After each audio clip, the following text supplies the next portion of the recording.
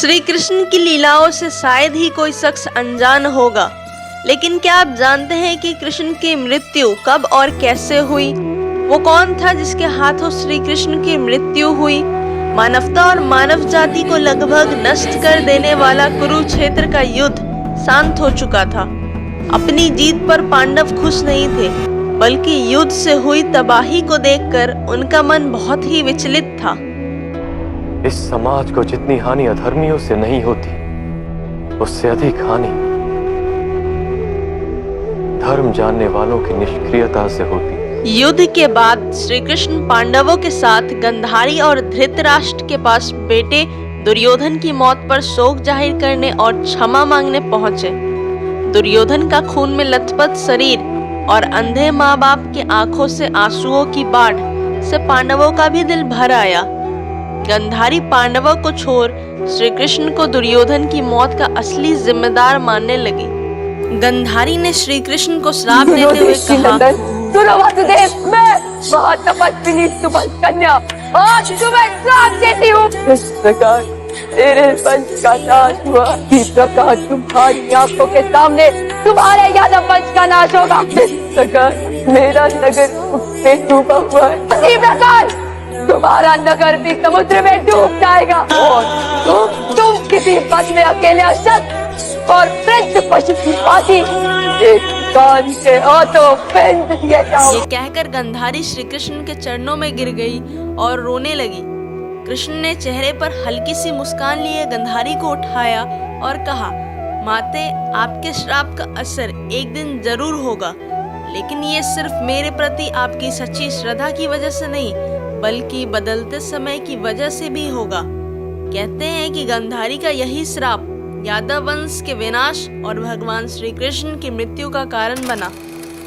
कई साल बीतने के बाद श्री कृष्ण के पुत्र सांबा गर्भवती स्त्री का वेश धारण कर ऋषि मुनियों से मिलने गए। ये देखकर ऋषि भड़क गए और उन्होंने सांबा को श्राप दिया कि तुम एक ऐसे लोहे के तीर को जन्म दोगे जो तुम्हारे कुल साम्राज्य का सर्वनाश कर देगा। इससे सांबा बहुत डर गए और उन्होंने इस पूरी घटना के बारे में उग्रसेन को बताया। सांबा को इस श्राप से बचाने के लिए उग्रसेन ने कहा कि वो एक तीर का चूर्ण बनाकर उस प्रभास नदी में प्रवाहित कर दे। ऐसा करने से वो श्राप मुक्त हो जाएगा। जिस इलाके में इस चूर्ण को जमा किया गया था, वहां एक खास प्रकार की घास उगाई। यह देखकर उग्रसेन ने कहा कि यादव राज्य में किसी भी प्रकार के नशीले पदार्थों का उत्पादन और वितरण नहीं किया जाएगा। इसके बाद द्वारका में कुछ बेहद अशुभ संकेत देखे गए, जिसमें सुदर्शन चक्र, श्री कृष्ण का शंख, उनका रथ और बलराम के हल का अदृश्य हो जाना शामिल है। द्वारका में अपराध और पाप बढ़ने लगे। ये देख श्री कृष्ण परेशान हुए और उन्होंने अपनी प्रजा से प्रभास नदी के तट पर जाकर पापों का प्रायश्चित करने का आग्रह किया।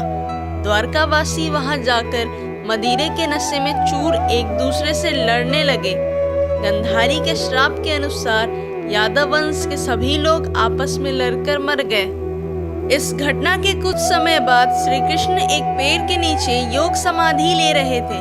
इसी दौरान जरा नाम का एक शिकार वहां हिरण की तलाश में आ गया। जरा ने कृष्ण के हिलते हुए पैरों को हिरण समझा और तीर चला दिया। इसके बाद शिकारी श्री कृष्ण के पास पहुंचा और अपनी गलतियों के लिए उनसे क्षमा मांगने लगा। तभी श्री कृष्ण ने उसे सांत्वना दी और बताया कि कैसे उनकी मृत्यु निश्चित थी। श्री कृष्ण ने कहा, त्रेता युग में लोग मुझे राम के नाम से जानते थे। राम ने सुग्रीव के बड़े भाई बलि का छिपकर वध किया था। अपने पिछले जन्म की सजा उन्हें इस जन्म में मिली है। दरअसल जरा ही पिछले जन्म में बलि था। यह कहकर श्री कृष्ण ने अपना शरीर त्याग दिया। श्री कृष्ण की मृत्यु ही कलयुग का शुरुआत माना जाता है। वीडियो अच्छी लगी हो तो लाइक और